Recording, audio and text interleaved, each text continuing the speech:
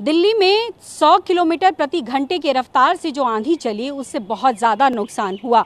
तकरीबन 150 के आसपास पेड़ों को नुकसान हुआ तो तकरीबन 300 से ज़्यादा गाड़ियों को नुकसान पहुंचा और साथ ही साथ जामा मस्जिद को भी नुकसान पहुंचा।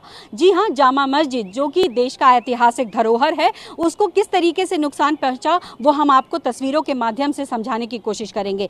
ये देखिए जामा मस्जिद, और जामा मस्जिद के बिल्कुल बीचों बीच जो गुंबद बना हुआ है उसके ऊपर कलश है, और उस कलश को आप देखेंगे तो यहाँ पर 3-4 कलश पहले ऊपर थे और 5वां कलश वहाँ लटका हुआ है, वो भी झुक गया है तेज आंधी की वजह से, जिसको लेकर अभी भी ये डर बना हुआ है कि वो किसी भी वक्त गिर सकता है। और इसीलिए शाही इमाम बुखारी ने डीजी एएसआई और लेफ्टिनेंट गवर्नर दिल्ली को ये पत्र लिखा है कि इसको जल्द से जल्द देखा जाए और इसका जो मरम्मत का कार्य है तुरंत किया जाए, क्योंकि ये कहीं ना कहीं जान माल को भी नुकसान पहुंचा सकता है। लेकिन तेज़ आंधी में क्या गिरा जामा मस्जिद में और किस तरीके की तस्वीर है वो आप देखिए कि यहाँ पर कलश रखे हुए हैं। इतना भारी कलश है और कहा जाता है कि ये कई 100 साल पुराना कलश है। ये इतना ज़्यादा भारी है कि कुछ लोगों से ये उठाए नहीं उठ रहा था, और इसके गिरने से ये खुशकिस्मती थी कि ये जो कलश है वो नीचे की तरफ नहीं गिरा। ये सिर्फ गिरा तो सिर्फ गुंबद के नीचे के एरिया में गिरा जहाँ पर लोग नहीं होते हैं।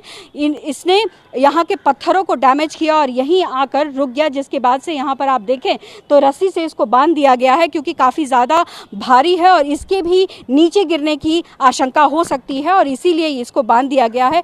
काफ़ी ज़्यादा भारी है। जिस वक्त गिरा बेशक जान का नुकसान तो नहीं हुआ, लेकिन कुछ लोग घायल ज़रूर हुए। इसके बाद यहाँ जो जामा मस्जिद के लोग हैं वो लोग यहाँ पर आए, इसको यहाँ पर रोकने के लिए आप देख सकते हैं ईंट को लगाया गया ताकि ये लुढ़क कर नीचे ना चला जाए। लेकिन सवाल यही है कि लगातार एएसआई से ये कहा जा रहा है कि इसका मरम्मत किया जाए, क्योंकि पिछले 4 सालों से इसकी मरम्मत नहीं हुई है, जिसकी वजह से जामा मस्जिद के अलग अलग एरिया में अगर आप देखेंगे तो कहीं पे दीवारें जो हैं वो चटक रही हैं, कहीं पर इस तरीके से जो गुंबद है उसके कलश जो है वो टेढ़े हो रहे हैं, तो कहीं पर सीपेज की समस्या आ रही है। 25 साल पहले यहाँ एएसआई का दफ्तर हुआ करता था, लेकिन उसके बाद से एएसआई का दफ्तर यहाँ से हटा लिया गया, लेकिन उसके बाद भी एएसआई अपना काम करती रही, बीच बीच में मरम्मत का कार्य करती रही, लेकिन बीते 4 साल से कोई मरम्मत नहीं हुआ है, जिसकी वजह से लगातार जो है यहाँ पर दीवारें चटक रही हैं और काफ़ी ज़्यादा समस्या है। ऐसे में यही सवाल उठाया जा रहा है, जिस तरीके से ऐतिहासिक धरोहर है और जिस तरीके से ये देश की एक पूंजी है, अगर इस तरीके से हालात रहे और यहाँ पर इस तरीके के जो सीपेज दिखाई देते रहे तो धीरे धीरे कर ये जर्जर होता चला जाएगा। और ऐसे में दरख्वास्त यही सरकार से की जा रही है कि इस तरफ ध्यान दिया जाए और ऐतिहासिक धरोहर को बचाने की कोशिश की जाए। कैमरा पर्सन प्रहलाद सिंह के साथ पल्लवी झा, दिल्ली न्यूज़ 24। नमस्कार, मैं हूं मानक गुप्ता। अगर आपको हमारा ये वीडियो पसंद आया हो तो इसे लाइक और शेयर जरूर करें, और हाँ, हमें सब्सक्राइब और फॉलो करना ना भूलें ताकि आप देश और दुनिया की कोई खबर मिस ना करें।